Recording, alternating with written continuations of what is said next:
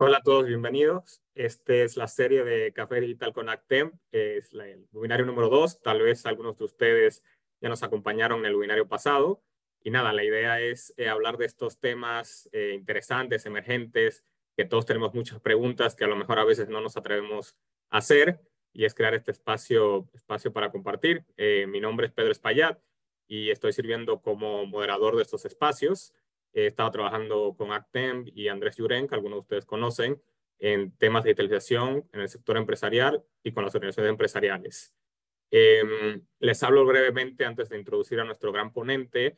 El formato de estos espacios es el ponente, en este caso Daniel Casados, va a hacer una presentación de 20-25 minutos, en este caso sobre el tema de ciberseguridad, y luego lo vamos a abrir a ustedes, a que pregunten, a que veremos sus dudas. Yo también haré algunas preguntas para empezar la conversación y empezar la mañana. Y también le pedimos que antes de irse del webinario, justo 5 minutos antes, vamos a abrir una encuesta de 5 o 10 segundos de qué tal le pareció el webinario.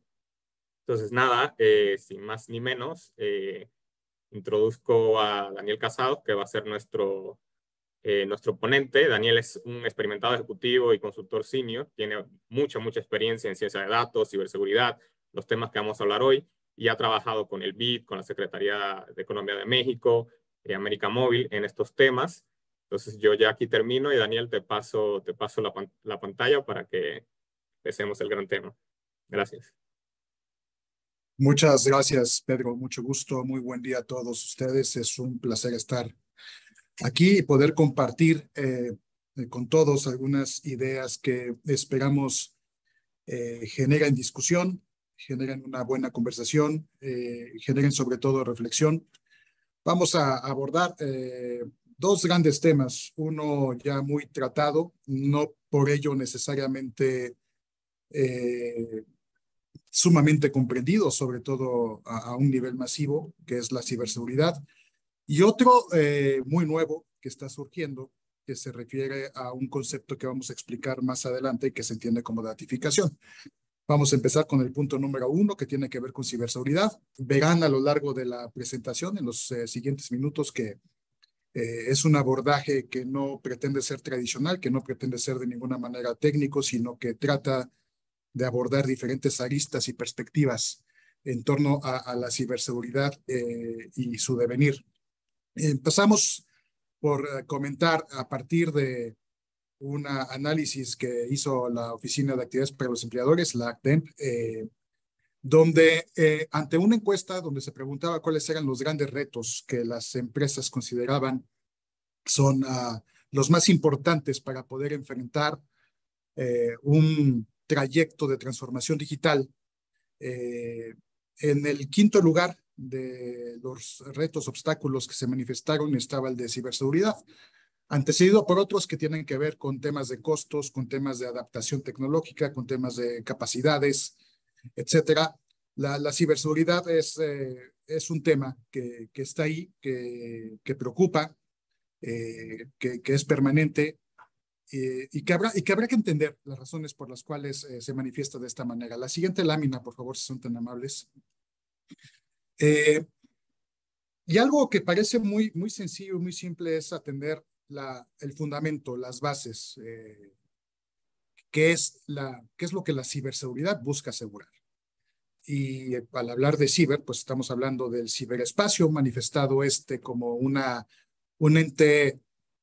ente que se manifiesta de manera abstracta, pero que se construye de manera concreta. Cuando hablamos del ciberespacio, pues estamos hablando de los contenidos fundamentalmente, pero también hay que considerar que los elementos que constituyen este ciberespacio están conformados por infraestructura tangible. Incluso cuando hablamos de nube, de servicios de nube, detrás de todo esto hay infraestructura tangible. Lo que se manifiesta de manera intangible es precisamente los contenidos. Entonces, hay una pregunta fundamental. Bueno, cuando hablamos de ciberseguridad, ¿qué es lo que estamos protegiendo? ¿Qué es lo que tenemos que dar seguridad? Y básicamente, este ciberespacio ha tenido una manifestación muy fuerte a través de lo que conocemos como Internet. Internet se ha convertido en una suerte de espacio público, de plaza pública, por donde podemos navegar, podemos ser. Evidentemente, transitando esa plaza pública podemos acceder a espacios privados, pero vamos, el acceso es generalmente compartido. Y una gran pregunta es, sobre todo desde la perspectiva de los proveedores de servicio de acceso a Internet, es qué es lo que se protege, qué es lo que protejo. ¿Puedo proteger el tráfico de Internet? Esa es una gran pregunta.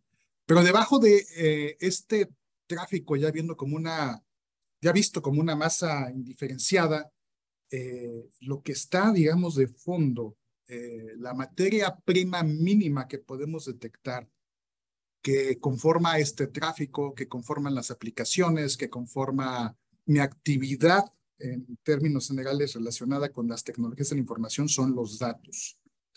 Los datos son el gran activo, los datos manifestados de forma digital. Se ha llegado a la conclusión que es el elemento fundamental que se busca proteger cuando hablamos de ciberseguridad. Esos datos contenidos a nivel de tráfico, a nivel aplicativo, a nivel de contenidos, a nivel de representación.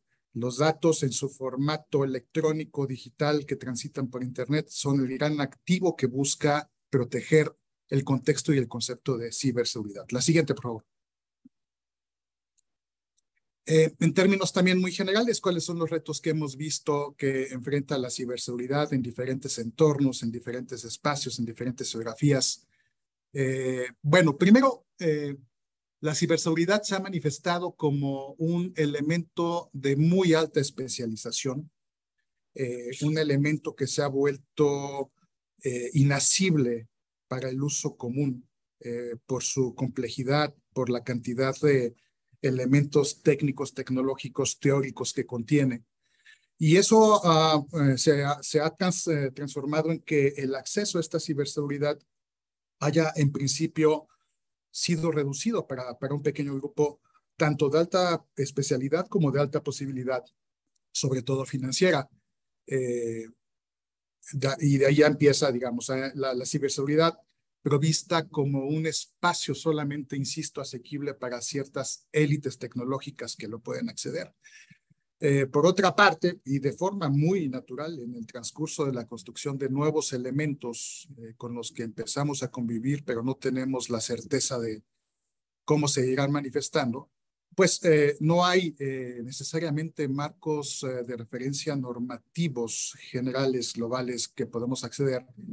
Y los temas que tienen que ver con normatividad, con normalización referentes a la ciberseguridad, se van creando sobre la marcha. Y muchas veces el flujo natural es que se vayan generando políticas y estatutos que nacen en los sectores fundamentalmente privados, y a partir de estas experiencias se vayan construyendo estándares que eventualmente transitan a un espacio de la administración pública, donde entonces la normatividad se convierte en un antecedente de la política pública. El hablar, por ejemplo, en algunos de nuestros países de una ley federal, de una ley general, de una ley nacional de ciberseguridad, es en muchos casos un gran tema pendiente. Y eso de alguna manera permite que no haya un criterio homogéneo sobre cómo tratar los temas relacionados a ciberseguridad, que es lo que se tiene que hacer. Hay prácticas, hay estándares, hay ciertos rasgos normativos, pero en términos generales no hay un consenso general global todavía constituido respecto de la ciberseguridad. Hay rasgos que están encaminados hacia allá. Por otra parte, la ciberseguridad tiene que ver mucho con su reconocimiento. ¿Qué significa en términos, digamos, de una gran concientización por parte de los usuarios?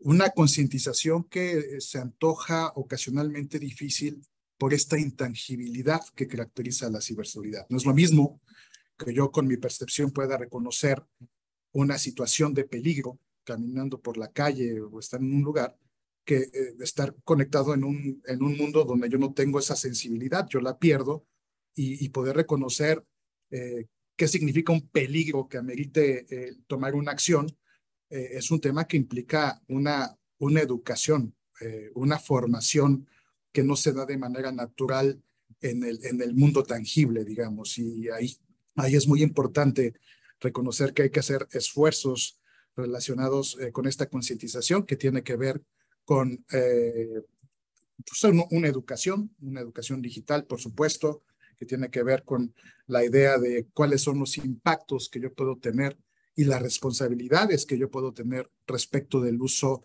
de los activos digitales a los cuales yo tengo acceso desde el punto de vista personal, desde el punto de vista empresarial, desde el punto de vista servicio público, etcétera. Y en este sentido, creo que es importante que podamos reconocer que el factor humano no ha sido tratado con la importancia que se amerita. De hecho, la razón de ser fundamental de la ciberseguridad tiene que ver con el contexto humano más que con el contexto propio tecnológico, en el sentido de que lo que yo vulnero tecnológicamente tiene un impacto humano. Y repito, siempre se ha considerado que dentro de todo el encadenamiento que implica una estrategia, una política de ciberseguridad, siempre se ha considerado que el eslabón más vulnerable de todos es precisamente el que conforma el componente humano. Entonces, y esto también tiene que ver con que no hay una claridad en cuanto al campo de acción de la ciberseguridad, también de una manera, digamos, hasta cierto punto comprensible, natural, en el sentido de que las evoluciones tecnológicas llevan un ritmo y una dinámica muy fuerte y generalmente la ciberseguridad trata de ir atrás de ellos, ¿no? A ese ritmo vertiginoso y no siempre se alcanza ese ritmo. Entonces, entender cuál es el alcance que tiene la ciberseguridad hoy en día, por ejemplo, cuál es el contraste que podemos nosotros poner en relieve respecto de la ciberseguridad y su comportamiento y su alcance con inteligencia artificial, por ejemplo, es alguno de los temas que podemos repensar. La siguiente lámina, por favor. En algunos datos, en general, de Latinoamérica, los países que conformamos a Latinoamérica no estamos de ninguna manera exentos de estos ataques, por el contrario, somos de las regiones consideradas más vulnerables.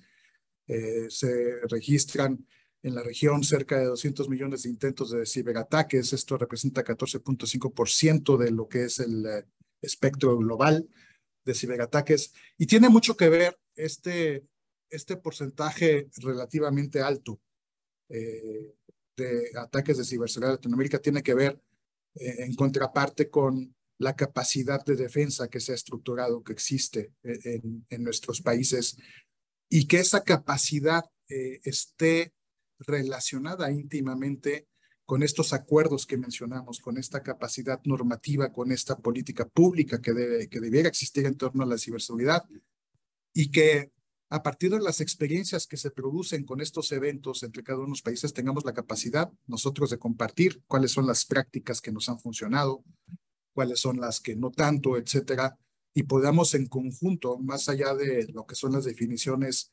nacionales o regionales, podamos en conjunto construir todo un andamiaje que permita reconocer cuáles son los aspectos fundamentales en cuanto a la construcción de una política de ciberseguridad. La siguiente, por favor. Aquí vamos a tener nuestra primera encuesta. Les vamos a hacer llegar una pregunta respecto con cuáles son los siguientes ciberataques con los que están ustedes familiarizados, por favor. Vamos a dar un pequeño espacio aquí para que nos hagan favor de responder a la pregunta que se plantea, si son tan amables. Sí, demos unos 20, 30 segundos para que puedan leerlo y responder, si te parece, Daniel. De acuerdo, completamente.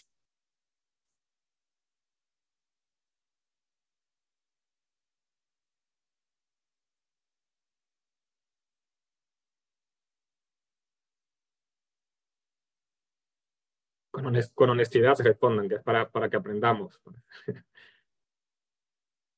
Bueno, mientras tanto, esta es una lámina que trata de representar la categoría o la categorización que se ha creado en términos generales en cuanto a los tipos en la tipificación de ataques que se tienen. Tenemos, por ejemplo, el software por diseño malicioso, que es conocido por malware, es un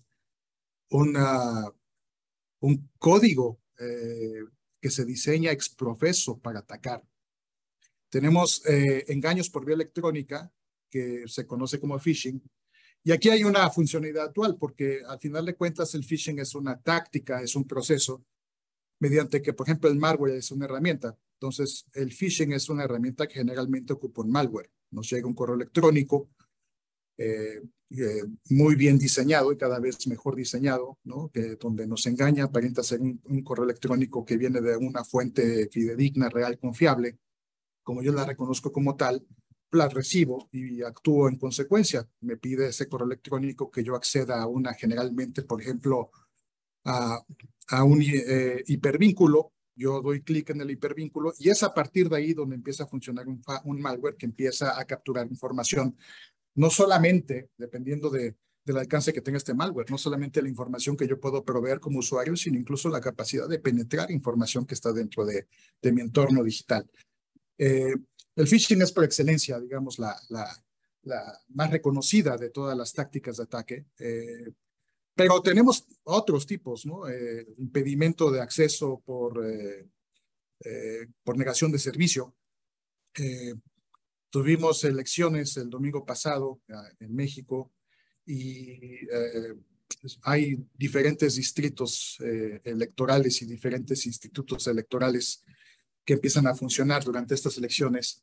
Y a uno de ellos, concretamente al de la Ciudad de México, al momento de tener que empezar a publicar los primeros conteos, los preliminares, sufrió un retraso porque precisamente hubo un ataque de negación de servicio a la página. Digo, la página es simplemente representativa, no es una página funcional en cuanto a que transacciona información. La transacción del conteo de votos se da en otro sistema y acá simplemente se refleja. Pero hubo un ataque que todavía no se entiende, que es normal. Entonces, lo que quiero decir con esto es que, vamos, ante ciertos eventos, ataques de negación de servicio, pues tienen el propósito de interrumpir un acto que fue lo que sucedió y lo que generalmente sucede a veces cuando hay alguna situación, algún evento que amerita el llamar la atención de un cierto grupo importante de la población hacia un recurso de Internet, en este caso un portal. Y pues bueno, cuando esa expectativa se da, que puede ser desde un partido de fútbol, que puede ser varias cosas, pues bueno, yo voy y ataco la fuente que está representando esa información, es lo que sucede. Daniel, Otro que hemos, sí. disculpa que te interrumpa, no sé si me parece muy interesante que ya está lo de la encuesta y yo creo que resalta que obviamente creo que todos estamos ya muy enterados de lo que es un malware, es un phishing, porque es el entrenamiento que nos dan, pero resalta que sí, que bien muchos de nosotros no conocemos muchos otros ataques que compartes, como el del impedimento de acceso que se dio en el caso de México. Y nada, solo te quería, si tienes algún comentario sobre esta distribución, si la ves como mayormente lo que ves en tu día a día. Sí, sí, definitivamente. O sea, aquí la votación reconoce al phishing como el más utilizado. Bueno, el phishing es una cuestión de todos los días, de todo el tiempo, ¿no? Quienes tenemos cuentas de correo electrónico, sobre todo que tenemos cuentas de correo electrónico de las reconocidas como públicas, ¿no? Más allá de las privadas, nos habremos dado cuenta que hay un gran grado de exposición a phishing, independientemente de los grandes esfuerzos que se han hecho por parte de los proveedores, por ejemplo, de servicios de correo electrónico. Es muy difícil y cada vez se vuelve más complejo, por cierto, el poder, por un lado, detener un ataque de esta naturaleza, pero también desde la perspectiva del usuario, detenerla. Hay una recomendación muy simple en cuanto al phishing que puede funcionar y funciona bastante bien. Cuando yo tengo la duda si el correo electrónico es genuino o no, lo que hay que ver es la dirección que me está enviando el correo electrónico. Vamos a suponer que me la manda un banco, ¿no? E incluso la máscara dirá que me lo manda el banco como tal, pero si yo voy y le doy clic a esta máscara, yo veré la dirección real de donde viene. Y si no hay correspondencia en el dominio de la dirección, es decir, si no viene de mibanco.com, por ejemplo, voy a detectar ahí que viene de algo muy raro. En ese momento me doy cuenta que estoy siendo sujeto a un ataque de phishing. Y nosotros como usuario podemos ayudar muchísimo. Y esa es otra recomendación que yo compartiría, que es que cuando detectemos que nos llegó el correo, que claramente es un phishing y que no fue contenido por todas las barreras de ciberseguridad, yo tengo la opción de reportarlo como tal. Eso ayuda muchísimo. Entonces, que nosotros colaboremos reportando los correos que ya detectamos como phishing al proveedor del servicio de correo electrónico es muy grande. Otra manifestación importante que hemos visto que ha cobrado relevancia en los últimos años es el ransomware, que no es otra cosa más que el secuestro de la información. Originalmente se manifestó con un secuestro, digamos, de la máquina de trabajo que yo tengo enfrente de mí, que a través de mi laptop, a través de mi workstation, pues bueno, se secuestraba la información incluso del disco duro y no podía tener acceso a ella. A partir de que se dan estos servicios de respaldo o de guardado de elementos de contenido de nube, la tendencia ha sido que ha sido hacia esos servidores que están en la nube, los que son secuestrados, y pues bueno, entonces hay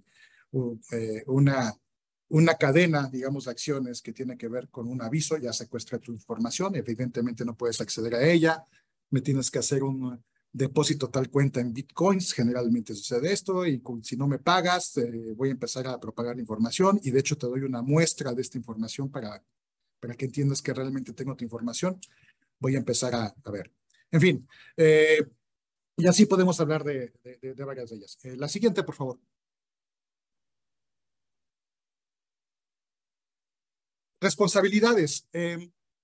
Y aquí hablamos, por ejemplo, de cuál es el rol que puede tener en general el sector empresarial y las MIPYMES. Y hablábamos anteriormente de que precisamente es a través de las prácticas que se diseñan al interior de las empresas, de su cadena de suministro. Y esto es algo muy importante, que yo como una mediana o gran empresa pueda tener una definición de políticas internas respecto de ciberseguridad que eventualmente pueda hablar con mis proveedores o con aquellos actores que forman parte de la cadena de suministro y poder compartir estas prácticas con ellos.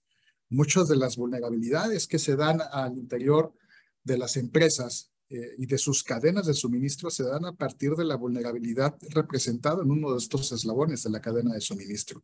Entonces, poder compartir las prácticas, incluso implementarlas, ya cada quien decidirá si como condicionantes de servicio, etcétera, es muy importante, pero no perdamos de vista que gran parte de los ataques a las empresas se dan a partir de vulnerabilidades dentro de la cadena de suministro, es decir, pueden ser a través de la relación que se tiene digital con proveedores, etcétera.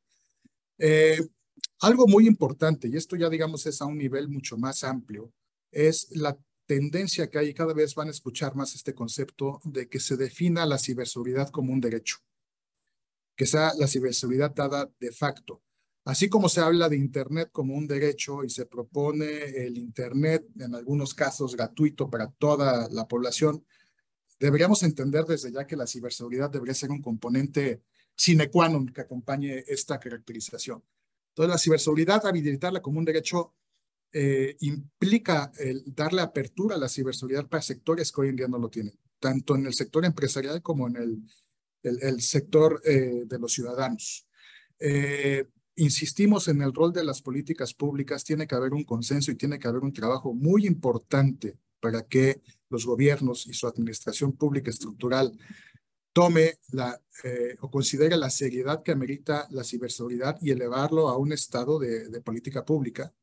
Y para ello hay un rol muy importante que los proveedores de servicio Internet juegan en este aspecto, porque ellos son los que prácticamente llegan, tienen esta condición de última milla que permite tocar a los usuarios más lejanos. Y hay también una intención por parte de estos proveedores de servicio, quizá principalmente en este momento los masivos, que están tratando de construir dentro de su gama de servicios administrados servicios que ya tengan la ciberseguridad incluida. Servicios que tengan ciberseguridad por diseño, de facto. Y cada vez vemos más esa idea, que yo no solamente te proveo un servicio para que lo consumas, sino ese servicio ya viene blindado de alguna manera. Y eso habilita también algo muy importante, porque es el rol de los desarrolladores de aplicaciones. Las aplicaciones de la misma manera tendrán que venir ya con esta ciberseguridad construida de facto. Eso se ve muy claramente en las aplicaciones bancarias, que son las que tienen esto, digamos, por condiciones que tienen muy claramente establecidas en sus estándares, en sus políticas. Pero eso nos da una guía, nos da un ejemplo de cómo las aplicaciones tendrían quizá que ser en términos generales. Y por supuesto, el rol de los usuarios. El rol de los usuarios empatado con esta idea de poder tener campañas de concientización, de educación respecto de la importancia que es la ciberseguridad. La siguiente, por favor.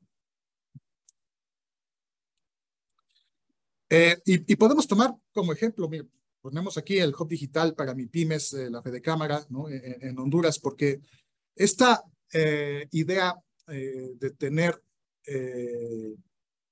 unidos a los diferentes grupos empresariales a través de las cámaras, bueno, la cámara funciona y funge como una gran oportunidad para poder propagar todas estas ideas, para poder accionar estas campañas, para poder accionar las estrategias a nivel sectorial en un momento dado, sobre todo, por ejemplo, cuando hablamos de estas cadenas de suministro, cómo podemos aprovechar este estado, esta posibilidad que nos brinda el enlace entre diferentes empresas para poder habilitar políticas de ciberseguridad. Las cámaras representan una gran oportunidad para poder transitar hacia esta idea de poder generar estándares y eventualmente incluso políticas públicas a partir de la práctica que representan los sectores. La siguiente, por favor. Ahora vamos a hablar de este concepto de datificación. ¿Por qué? Porque habíamos dicho que los datos son el activo más importante a incluir dentro de este concepto de ciberseguridad. Y voy a ser muy breve con esto. Es un tema relativamente nuevo. Cada vez quizá algunos de ustedes lo hayan escuchado, quizá otros no, pero lo que sí les puedo decir es que cada vez va a cobrar mayor relevancia la datificación. No en oposición necesariamente, pero sí como un complemento, una respuesta a lo que es la transformación digital. La datificación no es otra cosa más que poner al dato como objeto de estudio centralizado. La datificación consiste en centrar el dato y reconoce los datos como la capacidad de representar al mundo, como lo que son. La siguiente, por favor. Y hay algo curioso que lo pongo en la mesa, pero están de acuerdo conmigo. No hay consenso en general de lo que es una definición de datos. Se habla de gobernanza de datos, por ejemplo, se habla de datos sensibles, de protección de datos, datos comerciales. Siempre hay como, lo menciono aquí, como una acción o una adjetivación que acompaña al dato, pero no se habla del dato de manera pura. Es algo complejo de definir, pero al menos, hablando desde la perspectiva de normativa mexicana, no hay un marco jurídico, no hay uno solo que dé una definición consistente y concreta de dato. Y consideramos, bajo la premisa de la datificación, que si esto no se da, va a ser difícil seguir adelante. La datificación se ostenta también como una habilitadora de un desarrollo sostenible, impulsa esquemas de investigación y desarrollo. Esto es algo muy importante. Impulsa investigación y desarrollo acompañado de ciberseguridad dentro de nuestros países. Promueve nuevos servicios administrados, gestiona semilleros de talento, ecualiza el acceso a la información y algo muy importante, es un gran aportador a la simplificación transaccional, o dicho de otra forma, de la simplificación administrativa. Adelante, por favor. ¿Qué acciones hemos visto que están en curso? Porque hablar de datificación y hablar de ciberseguridad se vuelve algo paralelo. Como mencionaba, se están desarrollando servicios administrados que por diseño, por origen, incluyen ciberseguridad. No se está considerando la ciberseguridad como un adicional hacia adelante. Si se fijan en los servicios que pueden encontrar, les dicen, te doy un servicio de algo que es A, pero además te doy un servicio de ciberseguridad asociado. De repente me dicen, oye, me están atacando, o te avisa incluso tu proveedor de servicio, oye, te están atacando. Pues haz algo, ¿no? Es la respuesta de uno de nosotros. Dicen, no, es que tú no contrataste el servicio de ciberseguridad asociado a este servicio. La idea es que, por diseño, de origen, de fábrica, esa ciberseguridad esté contemplada con el servicio. Campañas masivas de concientización. Están trabajando en algunos casos estos grandes proveedores de servicio con los gobiernos para establecer estas estrategias de concientización. Colaboración para crear y fortalecer la gobernanza digital y datificada. Es importante hablar de gobernanza de datos, pero reconocer que hay que definir lo que es un dato. Se están elaborando en este momento las primeras plataformas, al menos en la administración pública mexicana, en algunas entidades federativas, en algunos gobiernos de los estados. Se están generando las primeras plataformas de simplificación de trámites y servicios basados en premisas de datificación. Se están también creando procesos corporativos respecto de la datificación en algunos corporativos aquí en México, y esto implica pues, la creación de nuevas prácticas que tendrán que ser compartidas. Adelante, por favor. Como conclusiones, digamos, para esta conversación que yo propongo, y serán siempre preliminares, no finales, para poder abonar a la conversación, pues la ciberseguridad es una herramienta que fortalece la datificación como estrategia. La ciberseguridad se entiende y debe entenderse y aplicarse como un derecho. Esto es fundamental. Y esta masificación de la ciberseguridad es una función de todos nosotros, ¿no? Desde la perspectiva de las empresas, desde la perspectiva de la administración pública, desde la perspectiva de la sociedad. La ratificación de la ciberseguridad se considera impactan de manera sumamente positiva las condiciones económico-político-sociales de cualquier espacio, de cualquier región. Creo que aquí compartimos con ustedes algunos recursos que yo recomiendo les echen un ojo, leer, ¿no?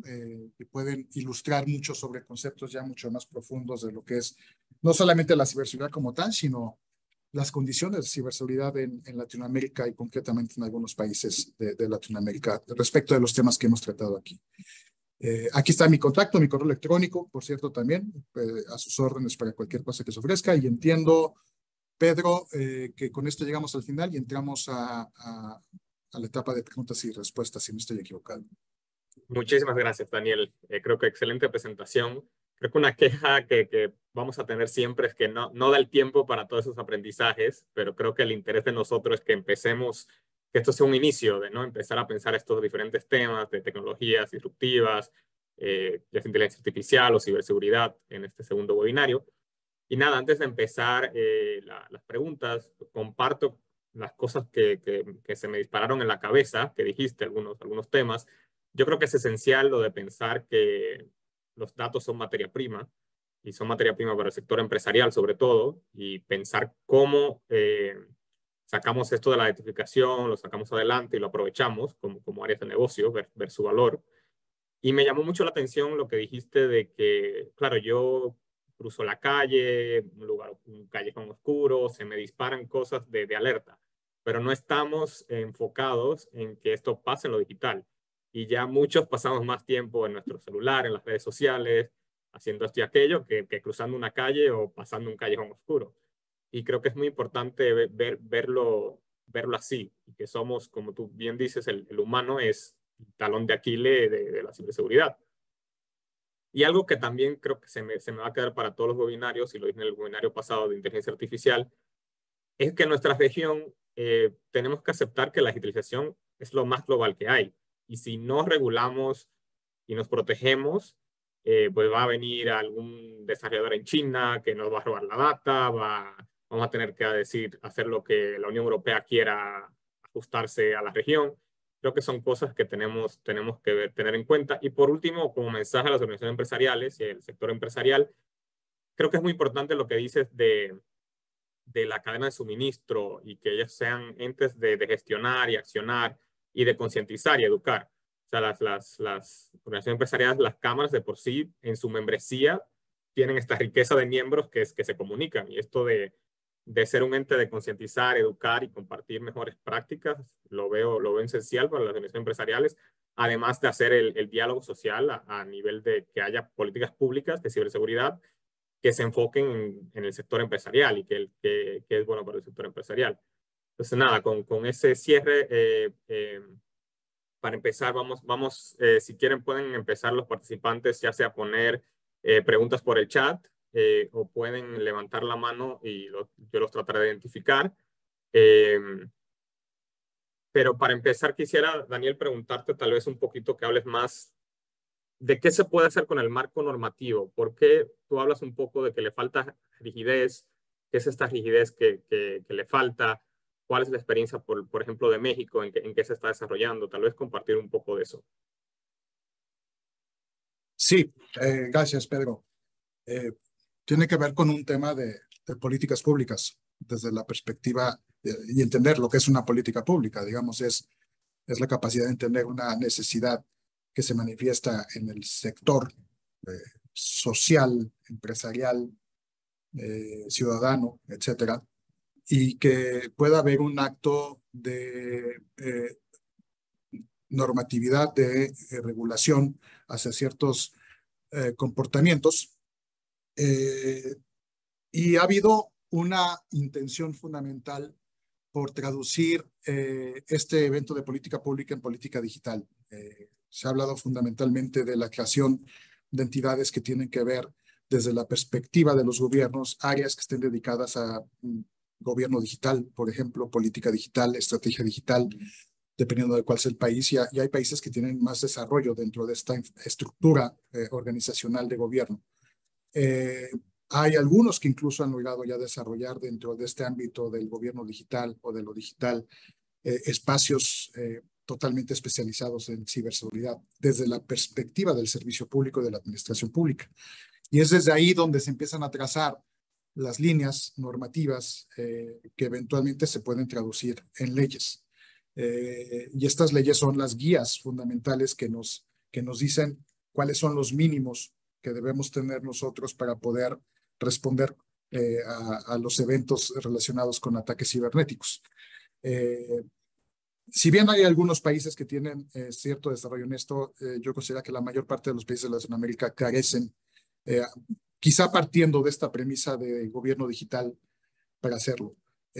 Pues se ha planteado en algunos casos, reconociendo anterior a una transformación digital, el dato, como mencionabas, como una materia fundamental que está por debajo de todo lo demás, que mediante el principio de ratificación se pueda acceder mucho más rápido a esta normatividad relacionada a la ciberseguridad. Es decir, una línea que lleve desde la definición normativa de lo que son datos, de lo que son registros, de lo que son identificadores, identidades digitales, documentos digitales, información, indicadores, es decir, toda una serie de elementos que se definen desde la perspectiva jurídica.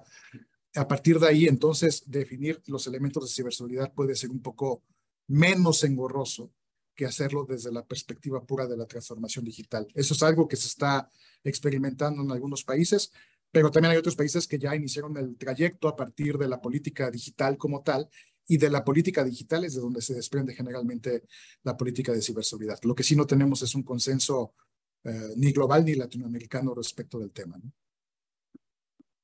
Sí, sí, yo creo que totalmente enfocarlo en transformación digital es una manera muy importante de ir sacando estos temas.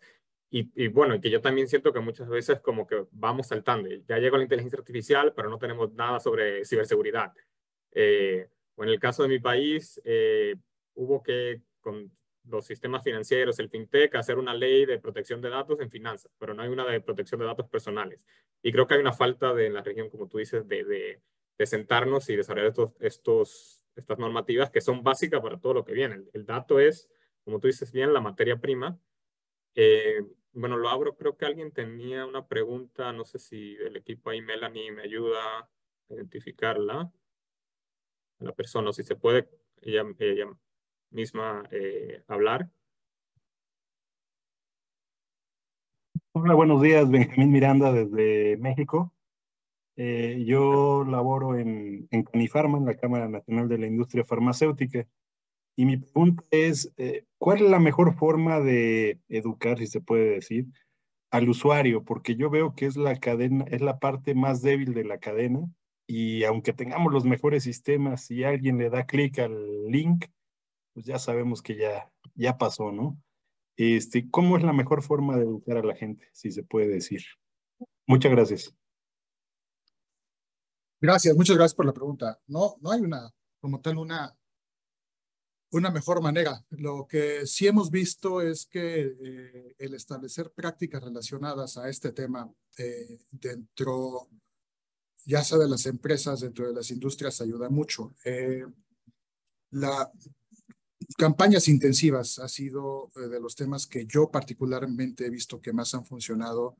Campañas enfocadas, campañas dedicadas, empezando quizá por una campaña de phishing, vamos a suponer a nivel de empresa corporativo, pero esto debe formar parte de una decisión que toma la alta dirección. O sea, para empezar, es un tema que debe involucrar a los más altos niveles de cualquier organización. Esto no es un tema que se puede delegar a las áreas de sistemas, que se pueda delegar a ciertas áreas, ¿no?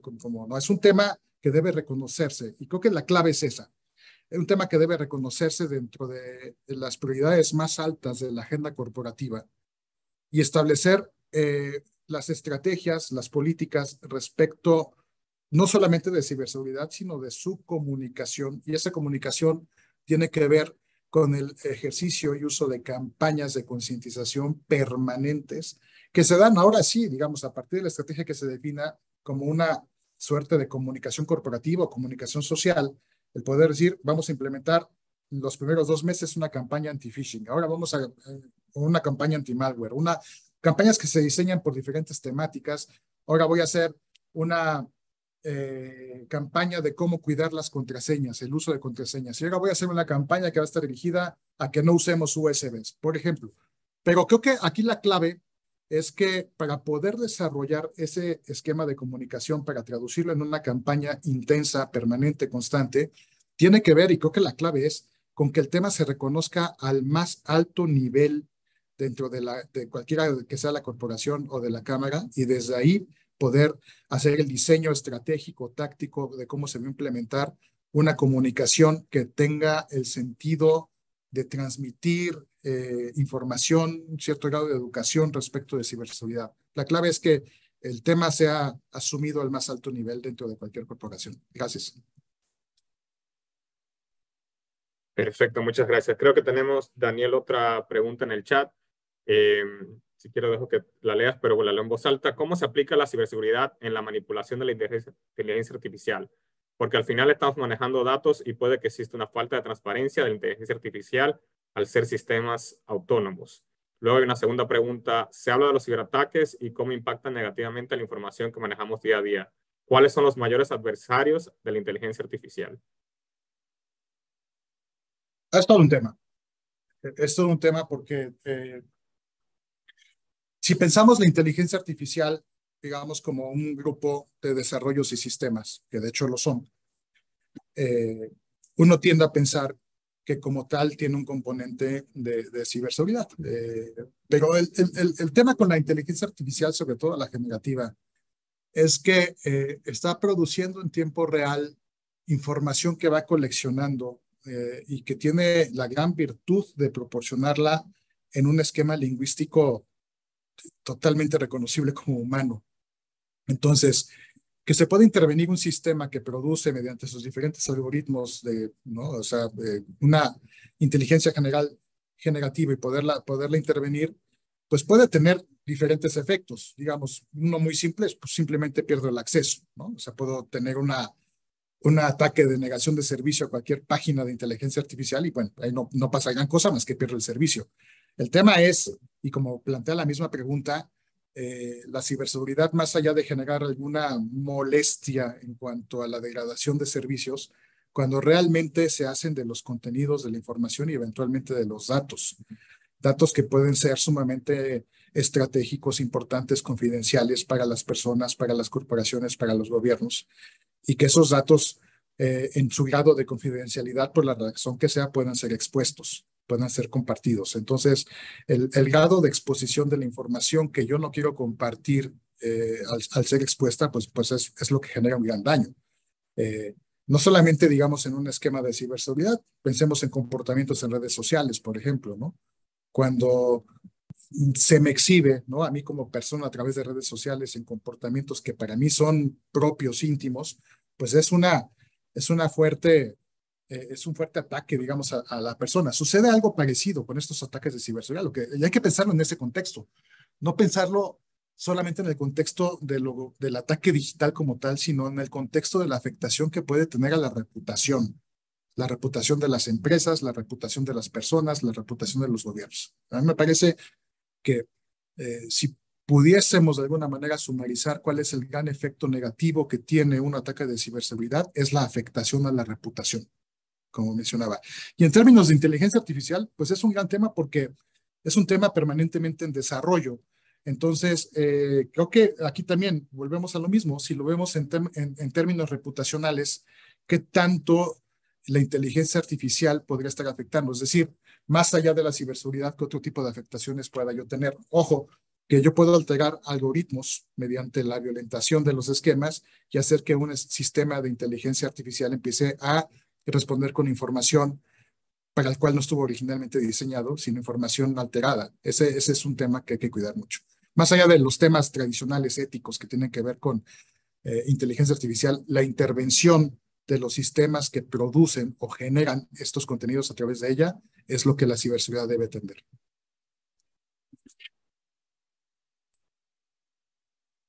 Perfecto. Todavía tenemos unos 10 minutos más. No sé si alguien más tiene alguna otra pregunta. Puede, si quiere, de quitar su micrófono. Les doy unos segunditos si alguien se anima. No sé si respecto de las preguntas planteadas ha sido suficiente o quieran ahondar más en ellas también quienes la Sí, plantearon, por también. favor. Si siente que le contestó. Bueno, no sé si a qué se refería aquí con cuáles son los mayores adversarios de la inteligencia artificial.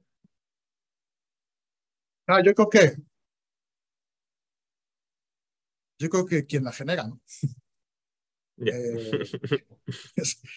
Eh, se genera un antagonismo, ¿no? O sea, el gran temor que existe respecto de qué tanto esta inteligencia artificial pueda cobrar eventualmente grados de sustentabilidad y sostenibilidad, ¿no?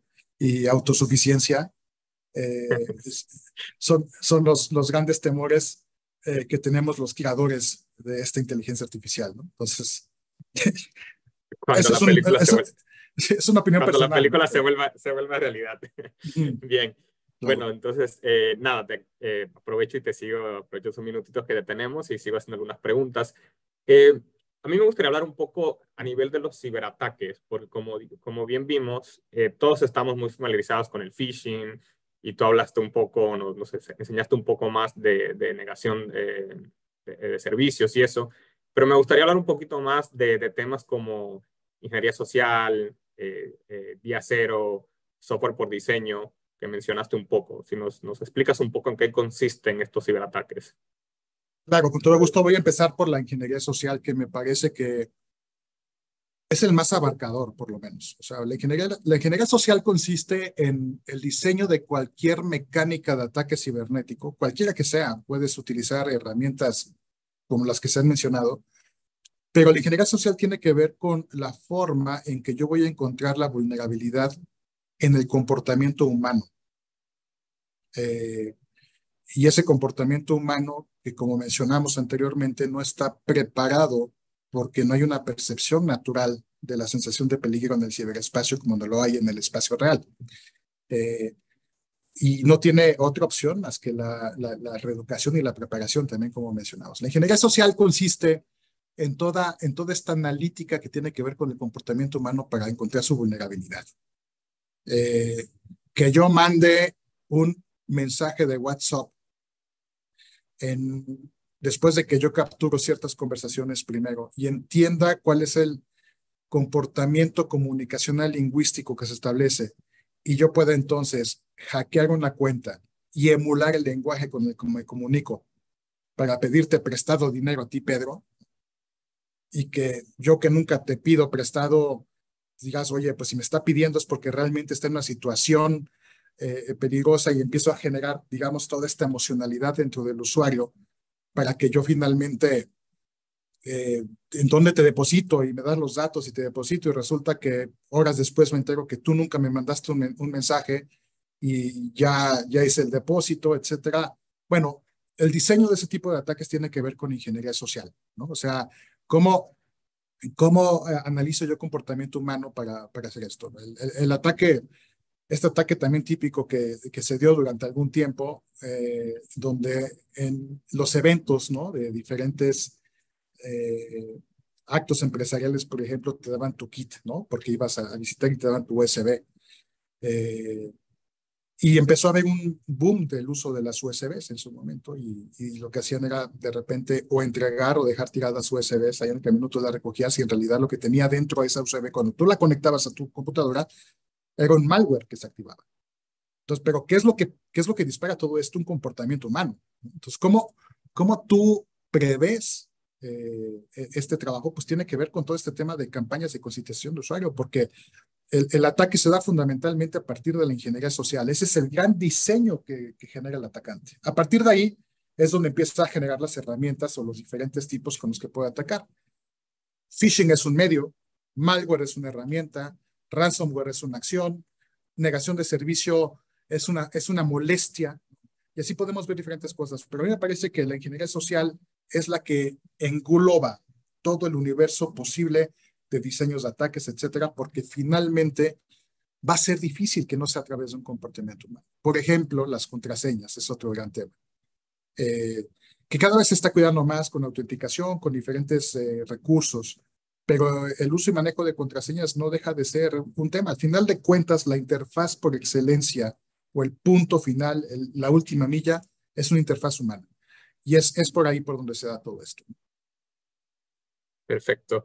Bueno, si nadie más tiene una pregunta, haré la última pregunta para concluir, que creo que va muy bien con lo que acabas de decir y con el título del Café Digital con Actem, todo lo que quisiste saber y no preguntaste. Sé que seguro hubo muchos en la audiencia cuando dijiste lo del USB que dijeron, "Ay, ¿cómo no se puede usar USB ya? Me pueden atacar". Entonces, tal vez para concluir, Daniel, si nos das más como usuarios, o tal vez también a nivel de organización, 2 o 3 recomendaciones de cómo cuidarnos, qué cosas deberíamos hacer ya para concluir el webinario. Para Son a lo proteger al mejor, uso. son muy básicas, o sea, y aplican no solamente en el contexto de la relación digital, o sea, en redes sociales, en mecanismos de contacto, en diferentes sistemas. Bueno, no abrir mensajes desconocidos, no atender necesariamente llamadas desconocidas. Si alguien me marca de un número desconocido, por ejemplo, que yo no tengo guardado, es desconocido porque evidentemente no lo reconozco porque no lo tengo yo relacionado a un archivo donde yo tengo un nombre y el número. Generalmente el planteamiento es, bueno, si hay alguna urgencia de alguien que me hable de algún número que yo no conozco, me va a hablar 2 o 3 o 4 veces. Generalmente cuando yo no contesto la primera o la segunda vez, dejan de hacerlo porque la rutina del que ataca es, hago 2 intentos y me voy al que sigue. Entonces es también un tema ahí de un poco de esperación. Lo que les mencionaba respecto de los correos electrónicos, hacer el clic en la dirección de origen ayuda muchísimo. Aunque diga el banco, si yo hago clic y voy a ver que la dirección que me envía el correo es yo mismo, @xyz punto no sé qué, algo súper raro, es que no es una dirección confiable y por lo tanto se trata de un ataque de phishing muy probablemente. Detectarlo, pero inmediatamente reportarlo también. Y eh, no hacer, no acceder a sitios de riesgo. Eso también es algo muy importante, ¿no? O sea, los sitios de riesgo que pueden ser propiciados por el mismo phishing, que pueden ser propiciados por cierta curiosidad o cierto interés que pueda yo tener por ciertas cosas, debe ser también algo cuidado. De la misma manera, eso es ahí un poco más complejo, pero de la misma manera en que yo tengo la capacidad de reconocer con un clic la validez o veracidad de un sitio, también lo puedo hacer con una URL en un momento dado. Yo diría, pues, portarse bien digitalmente, ¿no? En términos generales. Unos consejos muy a lo que le diría la mamá de uno, ¿no? No hablar con extraños, protegerse. Y creo que se da más que nunca, especialmente todos sabemos por los grupos de WhatsApp, las redes que te mandan link, te mandan cosas y abres. Pero bueno, si podemos, antes de que las personas se vayan, vamos a abrir una encuesta. No sé si Melanie y equipo la pueden abrir, simplemente para evaluar la satisfacción con el webinario y cualquier cosa que podamos mejorar. Eh, bueno, Daniel, muchísimas gracias. La verdad ha sido un placer. Gracias a todos los que nos acompañaron. En junio 20, a esta misma hora, tenemos el tercer webinario. Va a ser sobre fake news y cómo afectan. Tendremos a Camila Zuluaga, que es una reconocida periodista colombiana. Entonces, nada, esperamos también verlos ahí. Y nuevamente, muchísimas gracias a todos y a Daniel. Muchas gracias, Pedro. Muchas gracias a todos por su atención. Mucho gusto y quedamos a la orden. Buen día. Gracias.